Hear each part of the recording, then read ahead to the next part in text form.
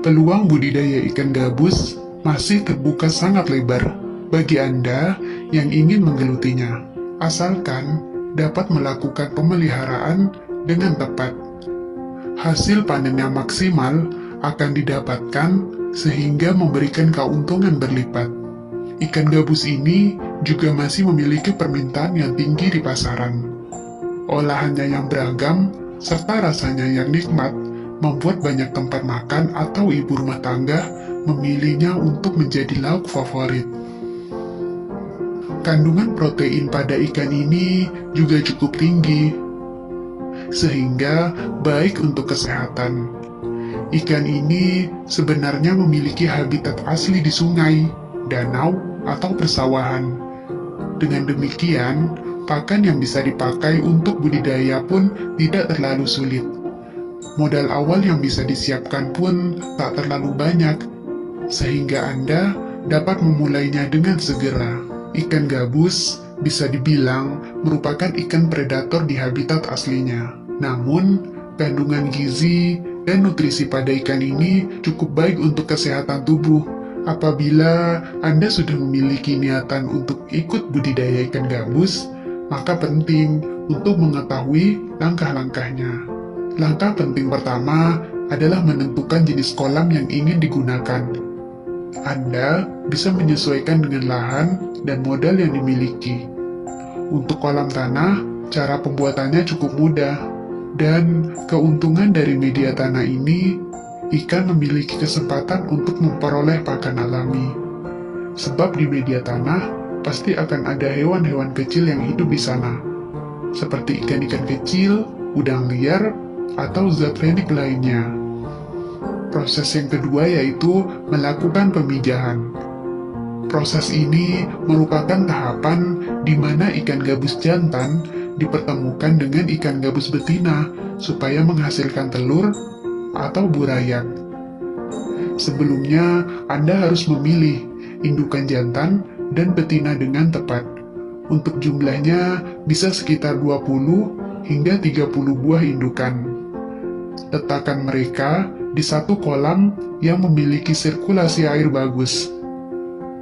Anda juga bisa menambahkan beberapa dedaunan air di atasnya. Biarkan indukan jantan dan betina di kolam yang sama selama kurang lebih 3 hingga 4 hari. Setelah proses pembuahan terjadi, biasanya satu induk betina bisa menghasilkan kurang lebih 11.000 bibit ikan atau telur.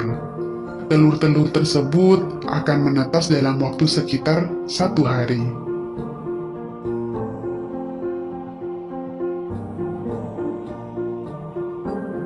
Setelah telur-telur hasil pemijahan menetas, Anda perlu merawatnya. Setelah 2 hari, cadangan makanan mereka pun akan habis. Anda harus memberinya pakan menggunakan Artemia sebanyak 3 kali sehari.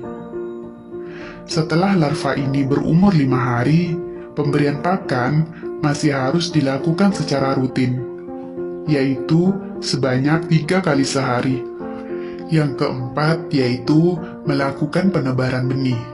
Larva ikan gabus yang sudah dirawat nantinya dapat disebar ke kolam besar setelah umurnya sekitar 2 minggu. Penyebaran benih biasanya dilakukan di pagi hari dan disebar sebelum mereka diberi pakan. Untuk pemberian pakannya nanti dapat dilakukan setelah 2 hari benih disebar. Pakan yang dipakai dapat berupa pelet atau makanan ikan buatan pabrik. Selain pelet, Anda juga bisa menyiapkan anakan rayap atau daging ampasan yang ada di dapur. Untuk pakan, Anda juga bisa membuatnya sendiri dengan mencampurkan beberapa bahan, seperti ampas tahu, jagung, bekatul, dan ikan teri. Yang keenam yaitu panen ikan gabus.